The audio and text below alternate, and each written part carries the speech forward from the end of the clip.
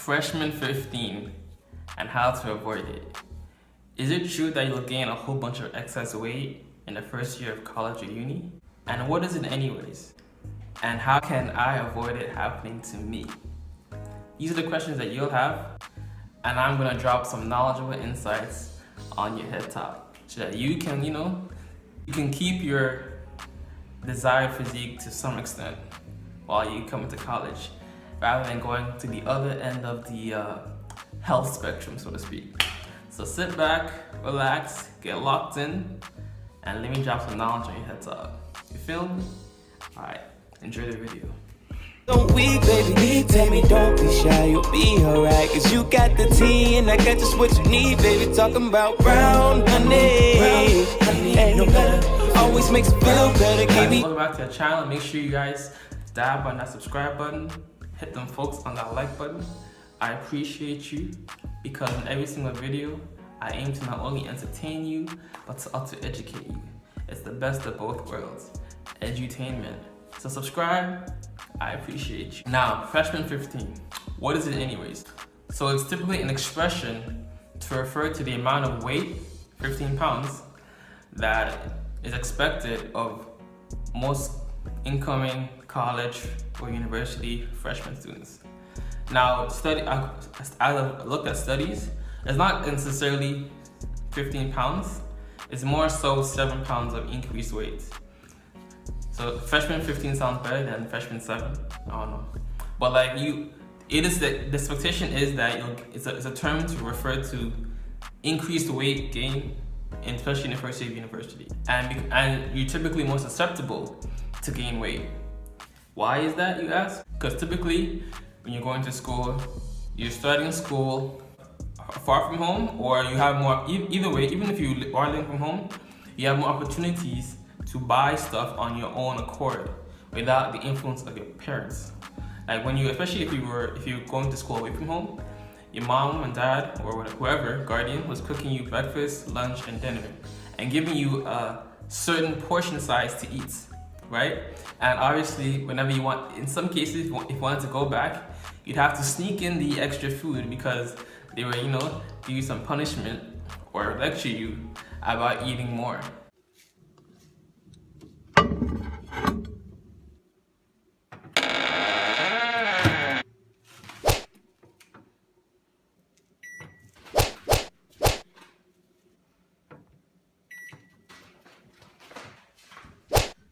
Right? So they're trying to ration the food to some extent, right? But now you gotta decide for yourself when, what, and how much you should be eating. And that's where a lot of people mess up and start getting the weight. And then in addition to being unsure of when, how much, or what you should be eating, you add in partying, you add in poor time management skills, and constantly snacking. And you have a recipe, a boiling pot for making poor food decisions and choices throughout the day, and especially at nighttime. And especially in the cases where you have 24-hour access to your school's cafeteria or dining hall or whatever. Those are probably the worst cases for you to control your intake pretty much, because the food is easily accessible. You're on campus, you have access to the dining hall, I can go there late at night, you can go there early in the morning, and food will be there. And for some, it can also be an emotional time where you turn to food as a coping mechanism because you're lonely, because you have stress from the exams, or just straight up anxiety. And food is like comfort. Food is good, right? It makes you feel good, makes you... Me, I was not allergic to nothing. They come up, Sean, can you eat shellfish? Yeah, all of it. Sean, can you eat peanut butter? Put it on a shellfish, let's go. I'm a professional eater. I love food. I am a food connoisseur. So, this channel is all about solutions, right? How can you practically avoid freshman 15 from happening to you and keep, your desired body goals to some degree, or even improve it? Practical solution is to implement intermittent fasting into your lifestyle. It is intermittent fasting, if you don't know, I have to make another video on this specifically, but it is a tool it's not necessarily a diet, but it's a pattern of eating and not eating that allows your body the time to not have insulin spikes. So insulin is a dominant hormone in your body. And what is insulin? Why is insulin important? Insulin is essentially a hormone that stores fat or makes your body whenever insulin is present in your body, your body is in a storage phase, like you're storing fat or you're storing the food. So when you're eating throughout the day, breakfast, lunch, dinner, snack, insulin is constantly spiked. That means your body is constantly in a mode of storing food and in turn storing fat. The misconception is often that breakfast is the most important meal of the day, and I could rant excessively on that topic, but that is propaganda, I would say. Breakfast is not the most important meal of the day. It is a marketing ploy by companies and other people in the past that have ingrained in us that we need to eat breakfast, lunch, and dinner, plus snacks. But where did this 3 meals a day idea come from? As Abigail Carroll suggests in her book, 3 Squares: The Invention of the American Meal, eating 3 meals a day was basically invented due to culture. When European settlers got to America, they found Native Americans were basically just eating whenever they felt the urge to, rather than at specified times.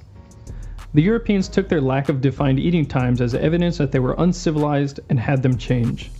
In short, the 3 meals a day paradigm is not based off of our biological needs. Why? Because, just a little snippet, it's because when you're eating throughout the day, you're spending more money on food. And even think back to our ancestors. Our ancestors did not have food available to them 24/7. In a hunter-gatherer culture, it wasn't surprising at all to feast on a big catch, then survive on very little or no food for an extended period of time until they were in need of another big source of fat and protein. In fact, the environment up until now would suggest that if we could not do that, we probably wouldn't be alive to be reading about dieting. Until the advent of agriculture, eating 3 meals a day, and in some cases even eating every day, was a near impossibility.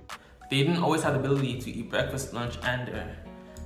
Oftentimes they would go out in the mornings, afternoon, hunt the food, and then bring it back in the evening and cook it and eat it. Sometimes they would go 2 or 3 days without access to food. And then once they, hunt or kill an animal, then they were able to eat. And that is why we currently have an epidemic of obese people, because people are constantly eating throughout the day. With intermittent fasting, you're not eating for 16 hours of the day, which gives your body time to deplete the glucose stores and start burning fat. Breakfast, lunch, dinner, plus snacks, in between lunch and dinner, in between breakfast and lunch, and at nighttime after dinner. So your insulin is constantly being spiked.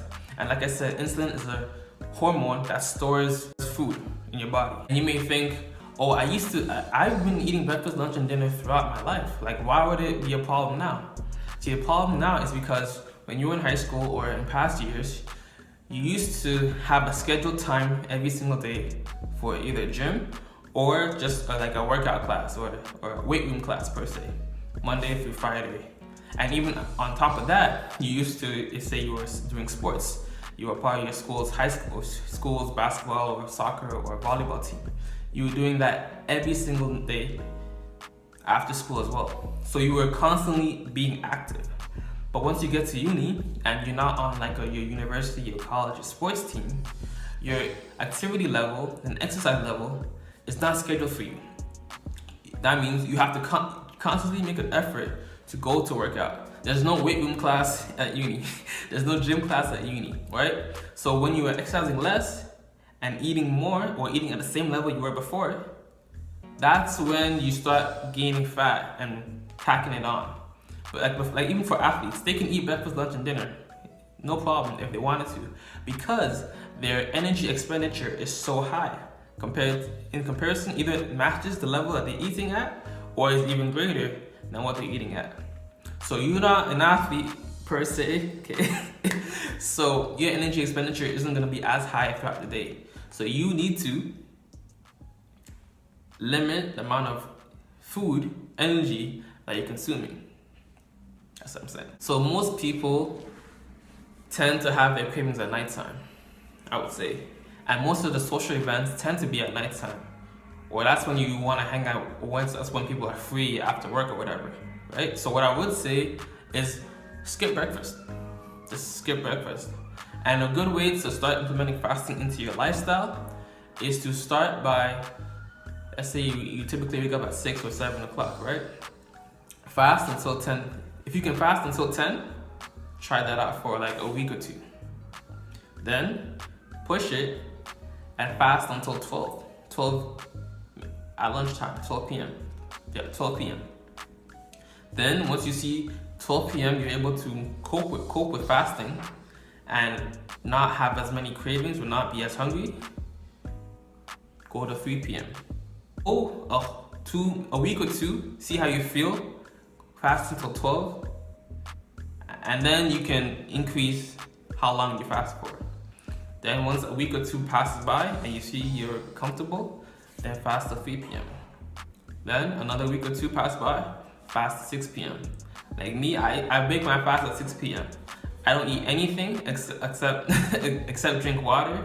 That's it, until 6 p.m. every single day. So I pretty much have 1 meal a day plus snacks after my lunch. And oftentimes you're not able, because of your workout or you walk to in class or throughout the day you're working, you're not able to make up for the calories that you expended throughout your day. That's why you're able to lose weight and even keep it off to begin with. But people who are constantly eating throughout the day, it makes it hard for you to not gain fat. Your weight exercising throughout the day is not the way it used to be in high school. That's what I'm saying. So a key component to helping you break it fast longer is drinking water, a lot of water. Because oftentimes when you think you're hungry, you're actually thirsty. I made another video about how to drink my water every day. So if you want to watch that video, there'll be a link right here. But water will help lessen your desire to eat pretty much, right? So drink water, and you can implement coffee, coffee or tea strategically throughout the day to help you 3 days later.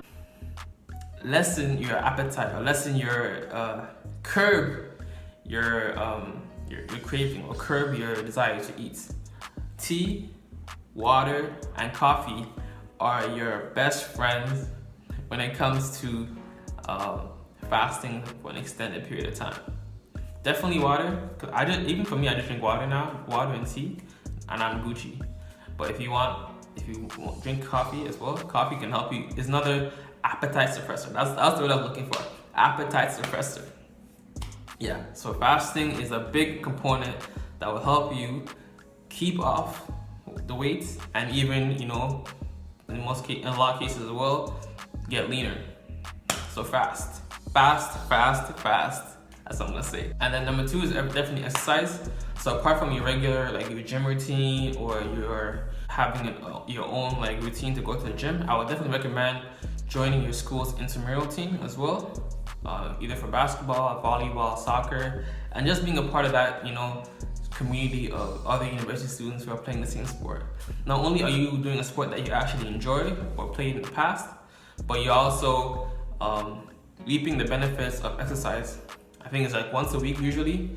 You reap the benefits of the exercise once a week, and you make some other cool friends who are like-minded in their love of soccer, basketball, or whatever. So fasting and exercise, either your own workouts and gym routine that you go in consistently. In addition to your workouts, being a part of your school's intramural squad or intramural team for the university students at your school. That's it pretty much. I hope I dropped some dimes on y'all and it was knowledgeable insights. Definitely subscribe to the channel. I appreciate you. God bless. Much love, peace, and joy. Namaste. And if it doesn't feed you, don't water it. It is what it be. Subscribe. I appreciate you. Bye. That brown honey, natural clearing up now for real. Give me that brown honey, no better. Always makes it feel better. Give me that brown